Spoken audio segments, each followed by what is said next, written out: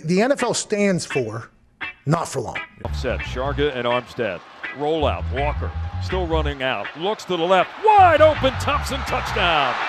Colin Thompson with the touchdown. There was nobody within 20 yards of What a catch off the bobble. Colin Thompson scoops it up. Lofting corner, the end zone. It is caught for the touchdown. The first NFL touch for Colin Thompson is a score.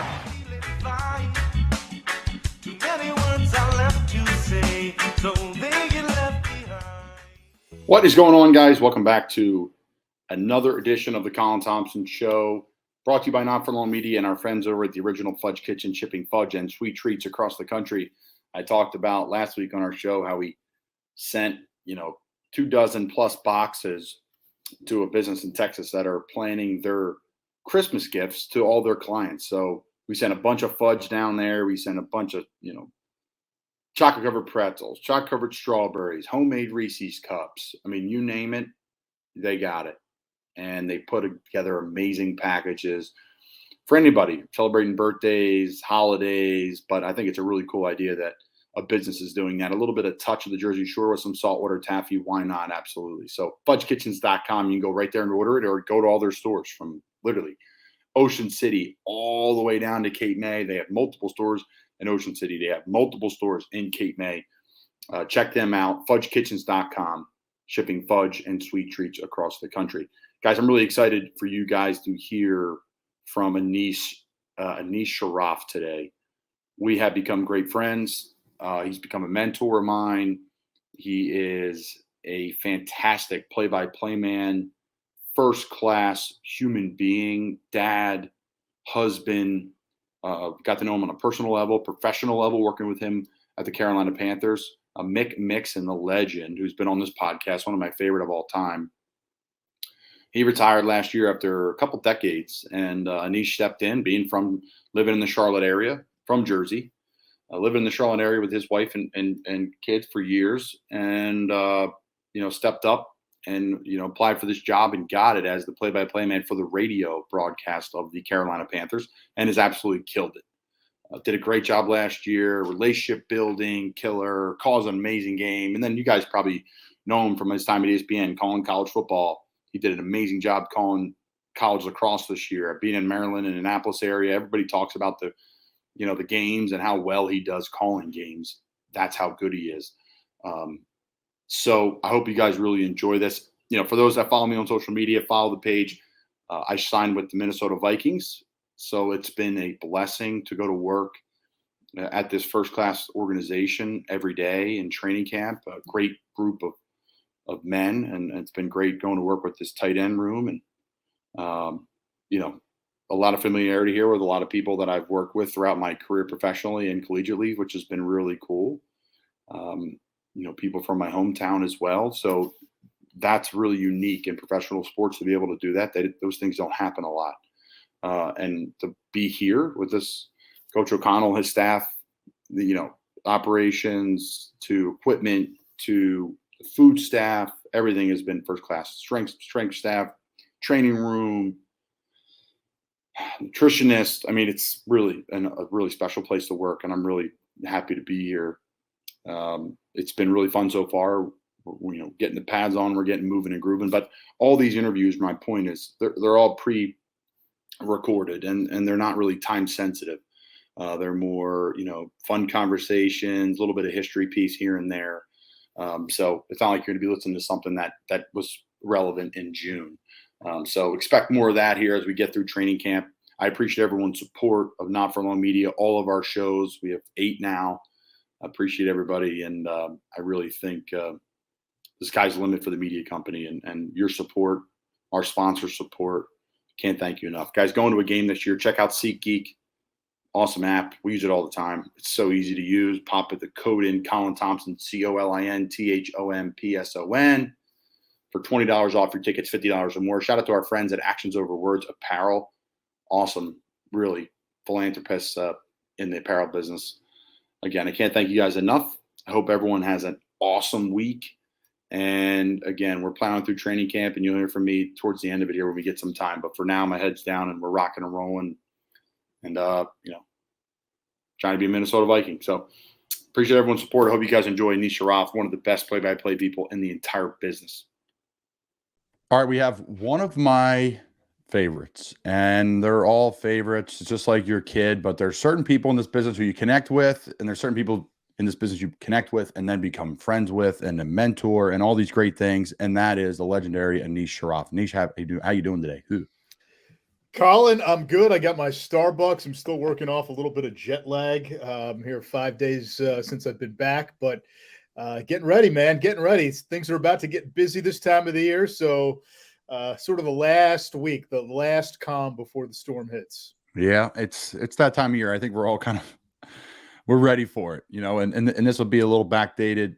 This has kind of come out probably August, maybe early September. I do a bunch of shows before the season every year, just in case I get signed and I'm ready to rock. So July 21st here with the great Anish. Now, where have you been and what have you been up to? So we started in San Diego. I was out there for about 2 weeks for the World Lacrosse Championships. And then we just kind of tacked on a vacation to the back end of the trip. So the family comes out. We go to SoCal, visited some friends and family, took her kid to Disneyland, and then spent a week out in Hawaii at Aulani, another Disney resort. So it was a lot of Disney, which my 5-year-old totally ate up. And then coming back, that was the hard part. Going from LA to Hawaii, not a big deal. Direct flight, 5 hours, you're good. But it was the flight back, 11 hours on a plane. My butt still hurts. I mean, it was a lot. And then the jet lag, 6-hour time difference.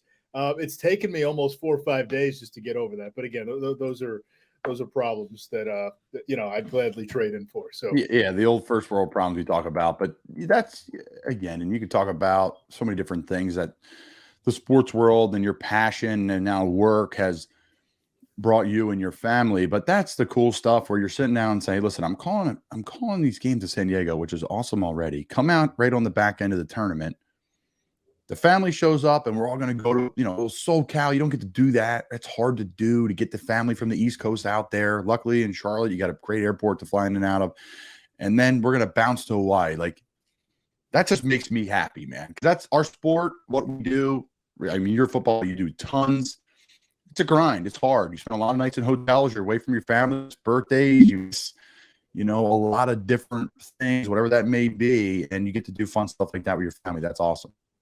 Yeah, and the older I've gotten, the more I've appreciated how much that time matters. Real time with your family, not just, hey, I'll be downstairs in a minute, but my mind is on the next game I'm preparing for, the next 2 games I'm preparing for, or you're going to scarf down a meal. You don't really say anything to anybody. You go back upstairs and you get your work done. That's what the fall sometimes looks like. So for me, getting that quality time with family before things get busy.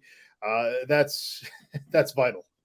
Yeah, it really is. And it's hard because at the end of it, and I've been there, like right now before training camp, like trying to squeeze a bunch of stuff in, you're on your phone a little bit. You're like, man, why am I on my phone? Like, I should be with my spouse and our dogs and whatever, but I digress, man. No, it's funny. Now that I live in Annapolis, Maryland, there's a ton of lacrosse chatter all the time, right? And a big lacrosse family in the Aldaves, all their daughters play Division I lacrosse, said to me, I just close my eyes and listen to Anish. He's that good of a storyteller. How's that make you feel? It's humbling. It's flattering.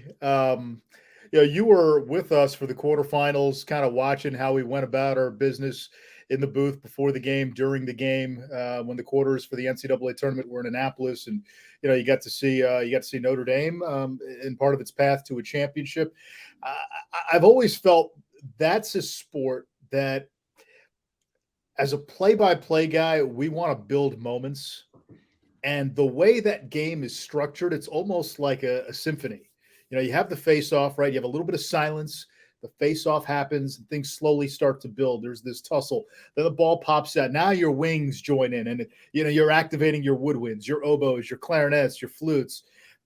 Now the wings join in. Now they bring the ball into the midfield. Now the offense comes in, and now you start hitting the snare drums, and the percussion comes in, and you got the trumpets and the saxophones, and all of a sudden, then the ball starts to move, and you get the harmony going, and then the goal is scored, and then you hear the chorus. And I've always kind of felt like, as a play-by-play guy, you got to play to that.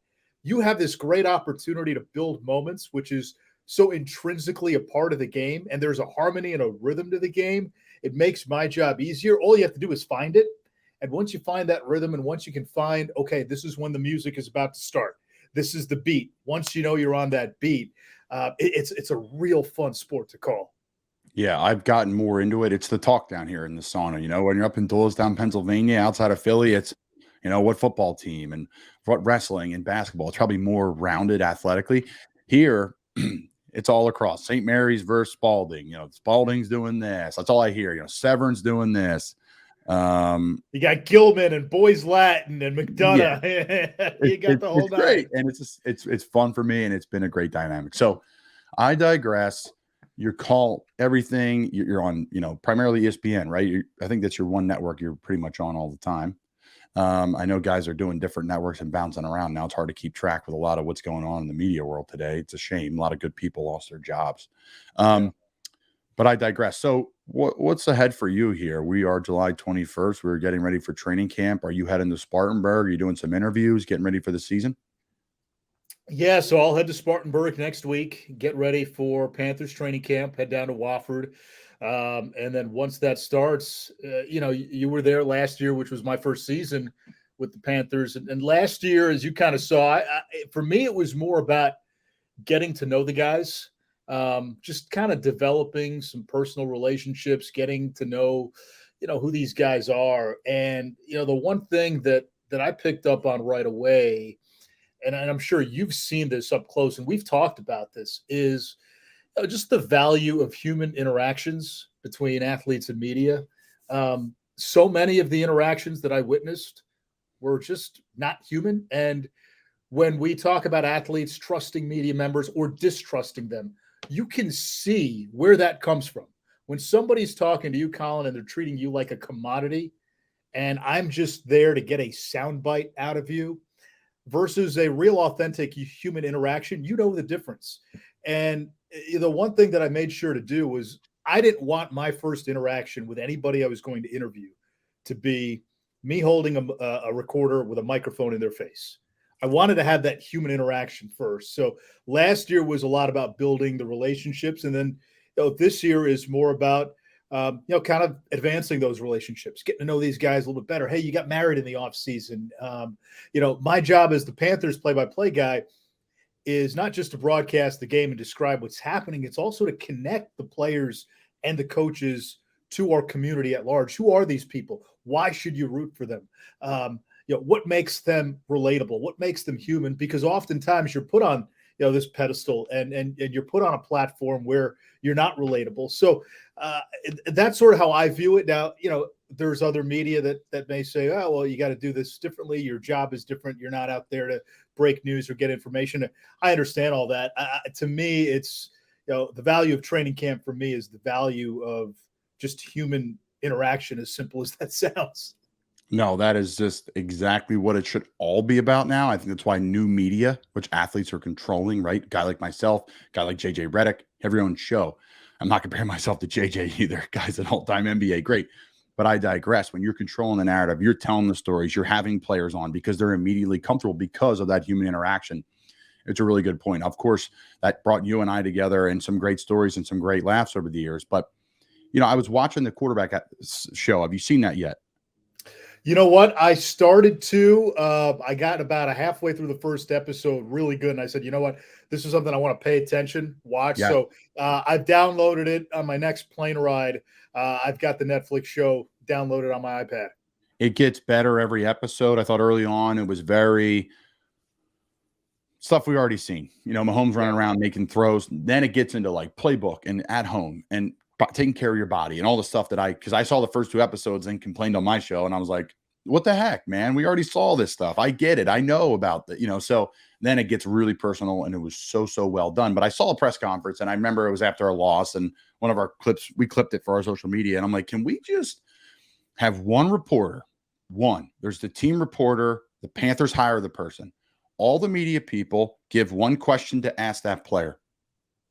We sit down, that the Panthers media person say, Anish has a question, Newton has a question, Kunkel has a question, and that guy sits in a room, does a long form interview with them for 10, 15 minutes, what those press conferences are anyway, and just sits down, gives them a bottle of water, gives them a beer sponsorship, whatever they want. They do it at NASCAR.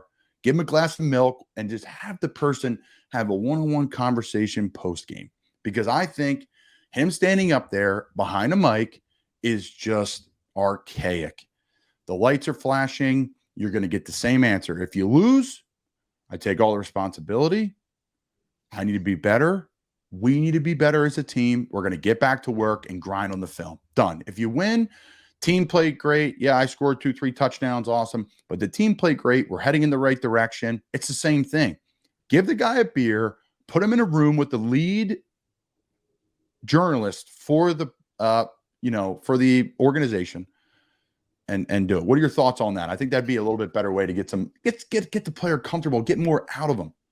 Yeah, I agree. I think if you want better content, that's the way to go. My issue sometimes in those mass press conference type settings is there's no narrative. There's no structure. A lot of times I'll hear somebody ask a question and you'll be sitting there. And again, I'm the play-by-play guy, so I'm not in there to ask questions. And I'll go, wow, that's a question where, given the answer, there needs to be a follow-up, right? And the next guy or next gal to ask a question will just ask it's like a choose your own adventure. And I go, you're not going to follow up on that? Because no, you've already got a built-in narrative in your head. You've already got, this is what I'm going to ask. You got to write a story about it, right? They have the narrative and they got to find a quote to support the story. So, right. And that's all it is. You're just trying to find a quote you can drop into your story. And in my time when I was a reporter and I worked in local news, one of the things that I found incredibly helpful is I would say about 90% of the time I would go to shoot a story as a reporter, and you kind of have a skeleton idea of what this is going to be. And I learned very quickly, the more flexible you are and the more ready you are to break that skeleton and find the real story, the better the story is. So you go there thinking, this is what I'm going to get. And then somewhere along the line of questioning, Colin Thompson tells you something that makes you go, oh, and you might not be prepared for that. And then you go, well, what about that? Why? How? And then you have your real story. And then you've got to pivot. And yet it seems so many times the narrative's already built in. So I would just like to see in those settings. And again, I understand every media outlet, it's about your clicks and your likes and your subscriptions. So everybody wants to be independent. But sometimes during the line of questioning, I'm thinking, wow, that'd be a great time to follow up here. And nope, they've gone straight to the next topic. The other thing that I see, and this isn't germane to, just Panthers or anything. This is in general. The other thing I see, and I don't know, does this drive you nuts when somebody's asking you a question and there's like a 50-second filibuster before they get to the question? Yeah. I mean, it doesn't bother me. It's a part of the journey, and I guess it's their way of being comfortable as a reporter and trying to relate to you a little bit.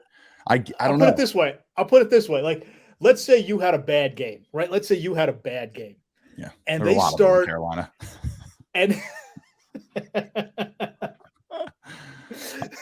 And they start rattling off your stats. Hey, Colin, your team lost by 35 today, and you had 3 drop passes, and on that second and goal, it looked like you ran the wrong route. Like, when they do that, instead of just saying, Colin, assess your performance today. Yeah. And then then you can say all that, which is actually what they want, and that's the sound bite that they want.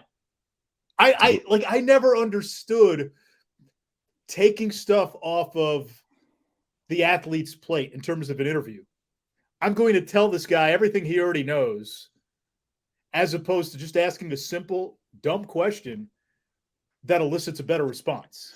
Yeah, I'm trying to think back now so I'm not hypocritical, because I used to do post-game shows. Now, I never had any negative stuff when I did radio because it was always go to the coach winning at halftime and then go to the winning coach. No, it was go to the losing coach. I forget what I did. It was either go to the losing coach at halftime and then go to the winning coach after the game, or a player on the team. I used to do back in my Temple days. I think maybe I've done that. I was a young reporter. No, be hypocritical. I'd say, hey, coach, well, I guess I would say for a big win. If it's positive, I would say, coach, massive win today. Your quarterback, it was perfect in the third quarter, blah, blah, blah. I think that's easier that way. But negative wise, I think you're right, Anish. It's a great point. It's like, hey, man, just get right to the point with the negativity. Like, let's get this thing over with. But we do need to get a quote. We do need to do our job here. That's a good point. Well, to me, I just feel that puts, whether it's the player or the coach, it puts you on the defensive right away, right? You start spitting out stats. You were 1 for 9 on third down, this and that. Sometimes it's as simple as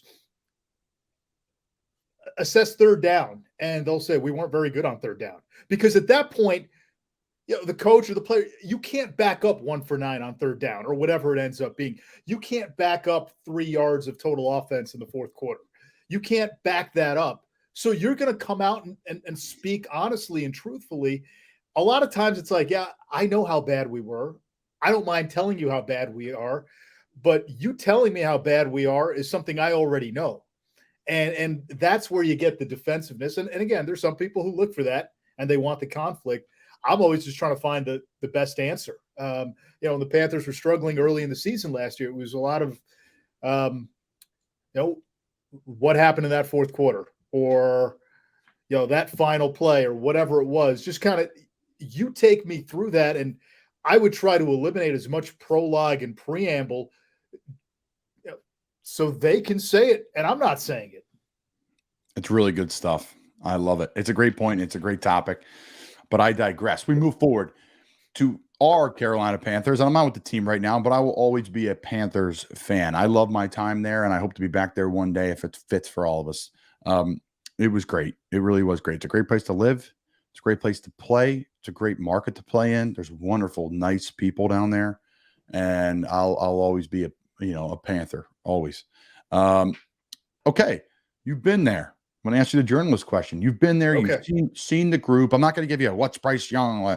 No, I'm going to give you. I'm going to just have you talk about the team in a holistic way and paint the picture of what this 2023 outfit will look like in your eyes. Yeah, to me, this represents a lot of what I think of when I go back to Cam's rookie year. I remember I moved to Charlotte, right during Cam's rookie season. He was drafted a few months before I moved down to Charlotte. And I remember, you heard the angst, and you heard people who were, 2-14 the year before, and things haven't been going in the right direction. And, can this Cam guy be the real deal? And, it's funny. Cam turned into an incredible player. And during his prime, he made the Panthers must-watch television. He made the Panthers a must-see team.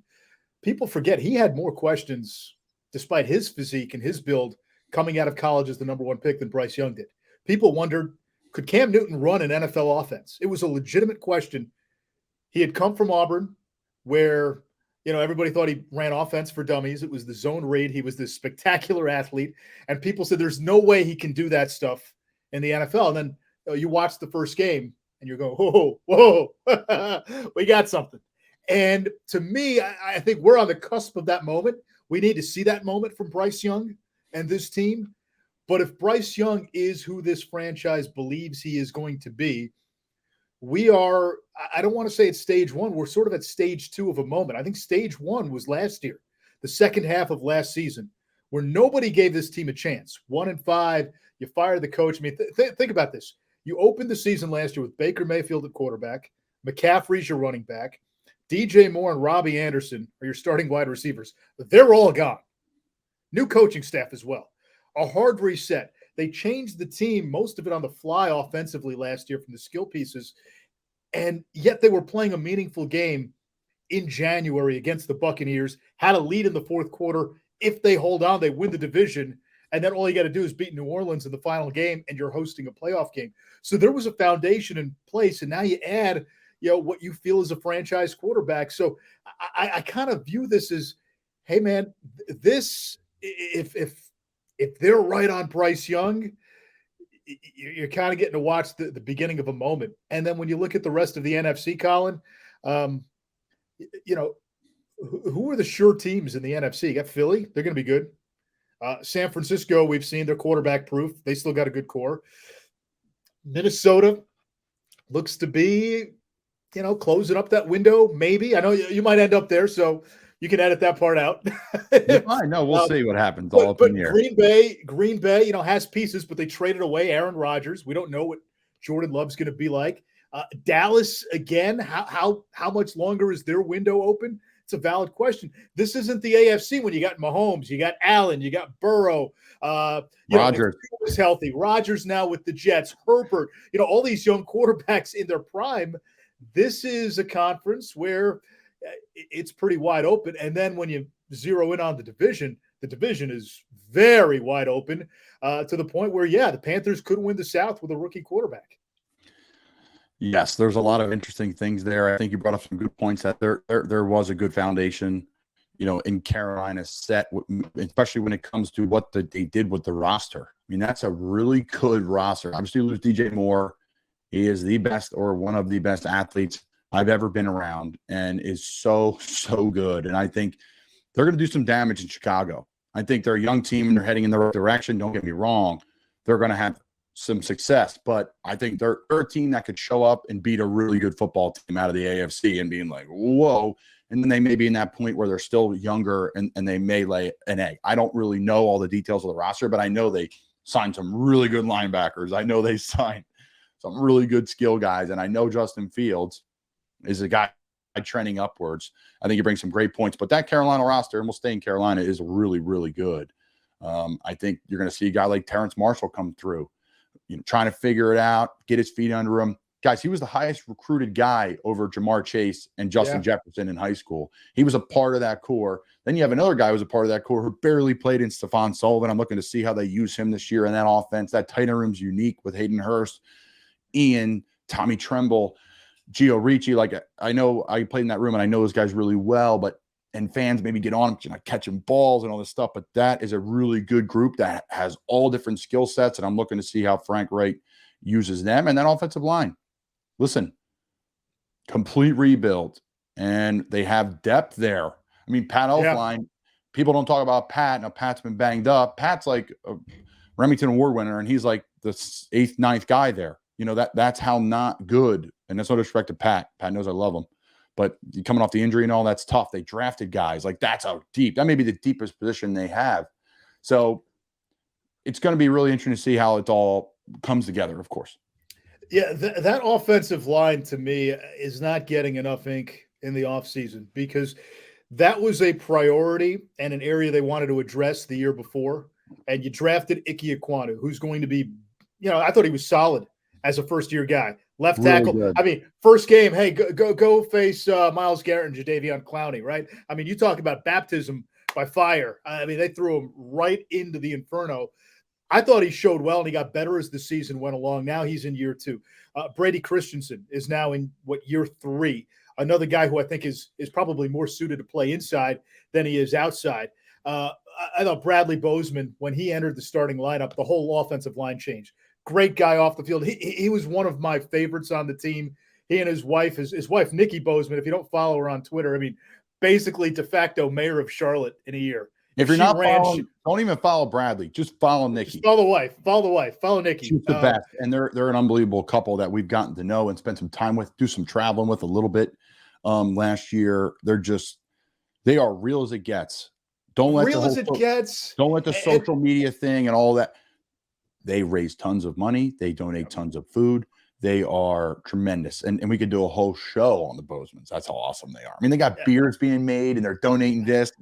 Bojangles commercials for Bose. Like, he's the perfect guy for Bojangles. He is, he's larger than life in so many ways. But what they've done for this city, the Carolinas, and the community in a very short period of time is very impressive. They've embraced their new settings. They've given back to it. So, again, we talk about being a human.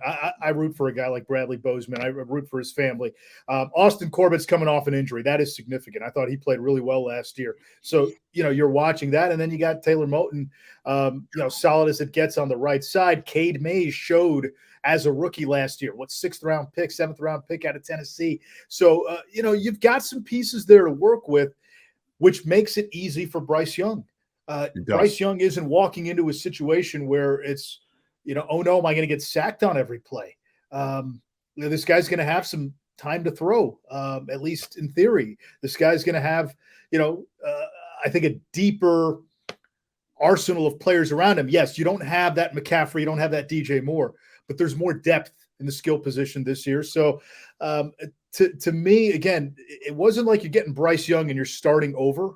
I think you already set the foundation with what you did with the offensive line. And then defensively, Colin, I mean, you saw those guys up close in practice. Brian Burns, stud.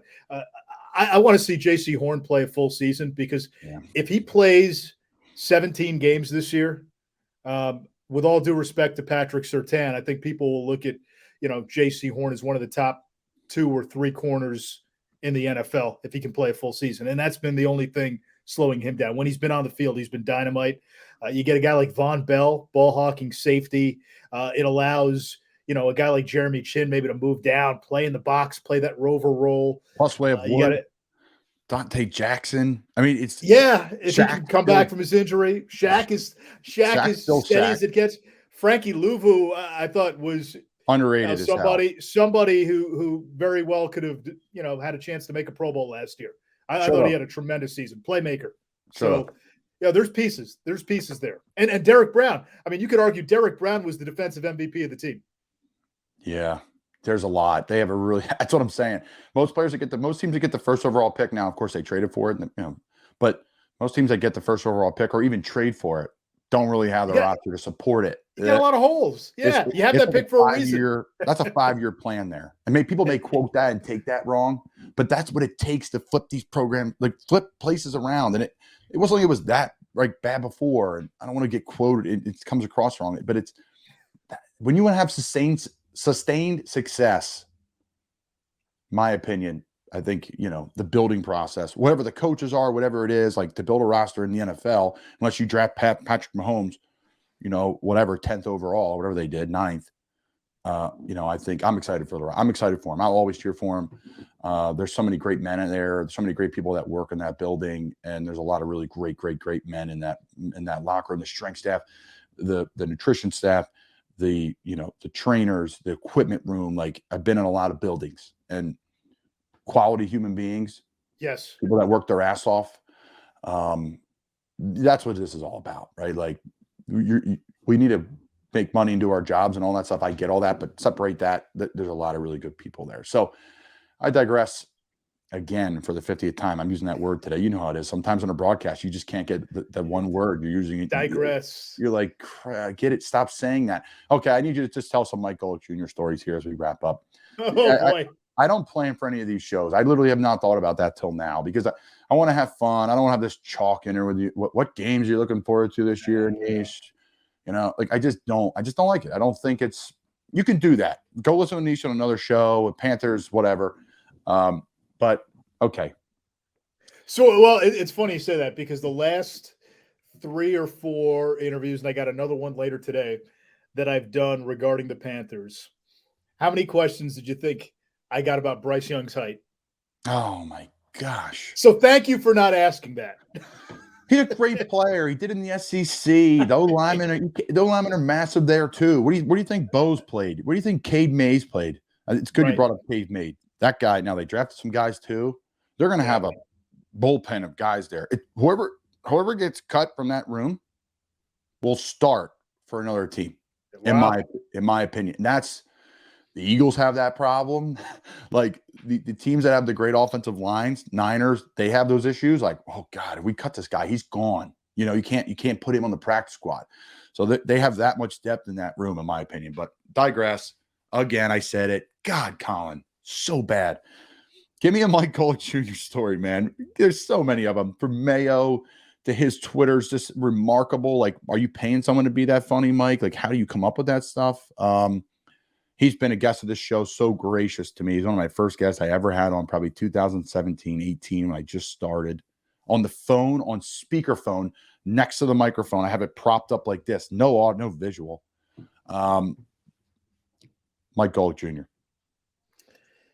There are so many ways to go, but I'll you know what? I can't tell you that. I can tell you this. There's the best one I have. He would murder me if I told you over the air, but I can tell you off the air because it was funny. It was the only time, Mike, if you're listening, so I want him to know which story I'm talking about because he will chuckle at this. It was the only time he got mad, and somebody called him somebody else's son, and he did not like it, and it was pretty funny. You told me that story off air before. I did. It was the best. It was the best. So, I've never seen him mad before, except for that one time. But anyway, that's insider stuff. The Mayo Bowl is what everybody talks about. So I always say the cool thing about how that unfolded. Our producer gets COVID 3-4 days before the bowl game. And we had been this kind of, funny, wacky crew. I don't mean funny, like, this is 2021. We're just coming off of COVID, right? COVID's still sort of a thing. We all got to mask up and everywhere we go, and we're getting late into the year. And when our crew was Mike Golick, myself, Taylor McGregor, when we had spoken before the year, we just said, hey, man, like, people need sports as an escape. Let's not bog this down with stuff that drives people away. Let's try to find stuff that makes people come together. Let's try to find things that can make people laugh. This is sports. And I think, with what happened in 2020, 2021, there were a lot of things. We got so riled up, and that bled into the sports place. I think about how I came to sports as a kid. I came to it as an escape. I had real stuff going on in my household with my mom being sick. I came to sports because that was 2-3 hours I can get away from everything else. That was an escape room. And I think we forgot about that. We forgot about people needing that. And when they're watching that, sometimes you don't want to be reminded of how messed up the world is. You just want to watch a game. And that was our mindset going into the year. So we tried some funny stuff, top 10 lists with Taylor Swift songs. And we'd have some inside jokes, along the way. Sometimes people would catch them, sometimes they wouldn't. And so the Mayo Bowl rolls along, and, the Mayo Bowl did a great job hyping everything up. And we're going to dump mayonnaise on the coach. So our producer gets COVID a few days before the game. We get a new producer, and he's like, hey, guys, whatever you want to do, I'm open to. And we kind of said, oh, yeah, all right. Sure about that? So now we're a pack of lions, surrounding a wounded zebra here. And with all due respect to Paul Irvin, who's a great producer, he kind of handed us the keys, and we just took that thing off road. Like, we didn't even get on the exit. We just said, we're going straight off road. We just drove hard right into the grass.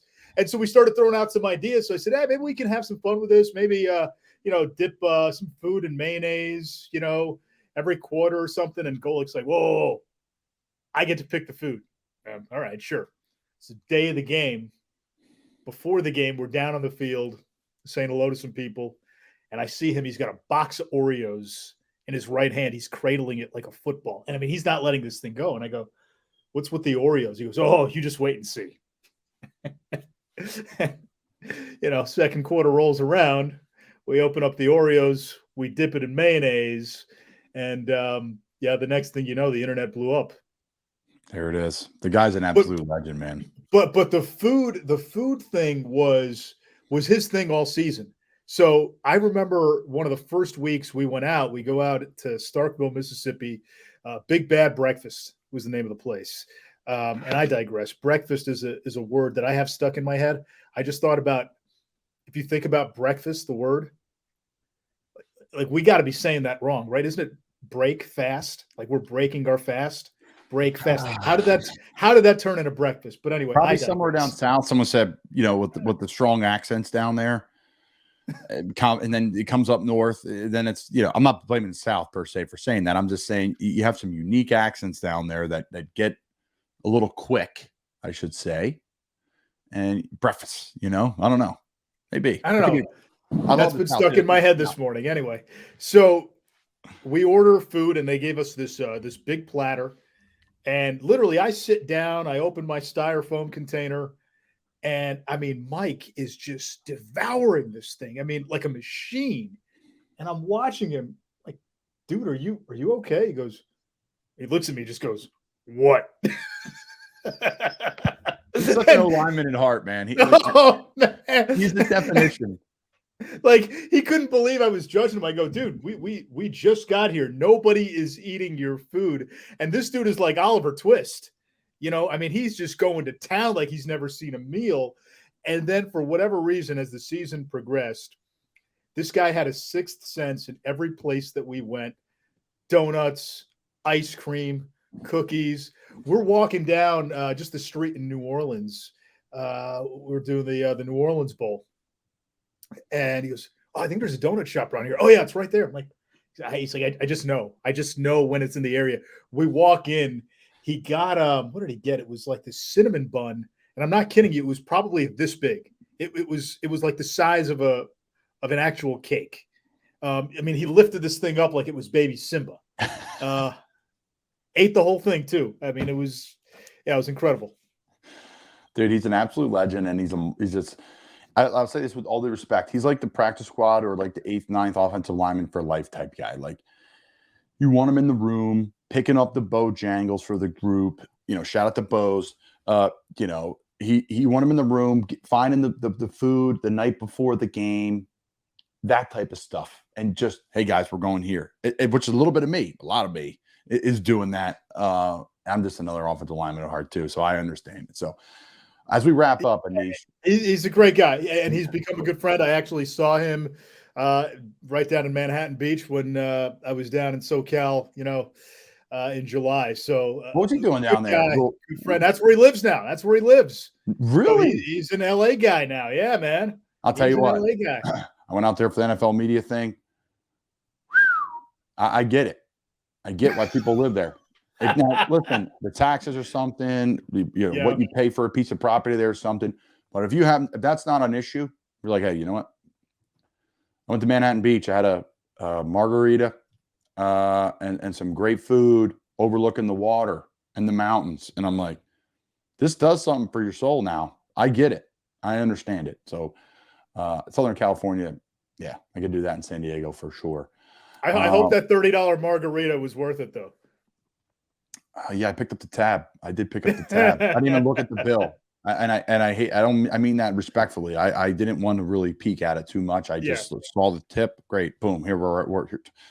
Always now you're a hefty tip guy. You got to be 20+%, right? Yeah. 20% at least. At least, right? I want to make sure because that's been a real popular question now. So as we wrap up, a serious question, what does this world, this business world, this broadcasting world, what would be perfect for you in the sense? I know you're happy and you have great jobs, but like, what would be the ideal thing for you here as you, excel and just continue to climb through this industry? You just said it. It's climb and it's evolve. The one thing this Panthers gig has given me is an opportunity to do something that I didn't have the chance to do before, which was the NFL. And the way that I've been received by the organization, by fans, by the community, it's been incredible. The support, the encouragement, really from the get-go. It's been humbling, and it's made me want to say, okay, what else can I do beyond the world of college sports that I'm in? Would there be a chance to maybe do some more pro sports? Would there be a chance to do some other things as well? Evolving is something that I've always taken great pride in. I started doing local TV news and then went to ESPN, and I did Sports Center and I hosted shows, and then I did play-by-play and started to do a little bit of radio, and now I'm doing radio play-by-play for the Panthers. So I've always been able to evolve and adapt. And, that next chapter, I don't know what it looks like, but I want to get into some creative stuff. One of the cool things we're doing with the Panthers right now, which will drop shortly in the next, few weeks from, or maybe right around the time this drops, is we interviewed about, almost 24 players and people who covered the Carolina Panthers in 2003, the year they went to the Super Bowl, first time they went to the Super Bowl. And we're doing a scripted, serialized podcast series, Cardiac, the story of the 2003 Panthers. And it's been so much fun to put together, with game calls, interviews, sound bites. It almost feels like, you're putting together like a mini 30 for 30 in each episode. So stuff like that sort of storytelling, that appeals to me. I like to write, at some point, maybe it's a book or it's a screenplay, may not even have anything to do with sports, but I've got some creative endeavors where if I do have some time available that opens up to me, which is my biggest challenge right now, I would like to pursue. So it's not just in this immediate world of broadcasting. It is kind of branching out, even, something like what you do. There's a lot of avenues and a lot of paths that have opened up, and I kind of have my ear out, and I got to have my ear to the ground. And if there's a place to explore, I'm certainly open to it. I love it. The great Anish Shroff. Good luck this year on the call. You too, buddy. Friend. Have fun, and send everyone my best down there in Carolina. All right, and if you land with the Vikings, hope to maybe see you in Charlotte when Minnesota comes to town. Yeah, we'll see. This will come out after my workout with the Vikings, so it will be public by then. So we could talk about it here a little bit. So hopefully I'm there. Hopefully I'm staying, rocking and rolling with that team, first-class organization. So thanks, Anish. You got it, bud. You got it, man.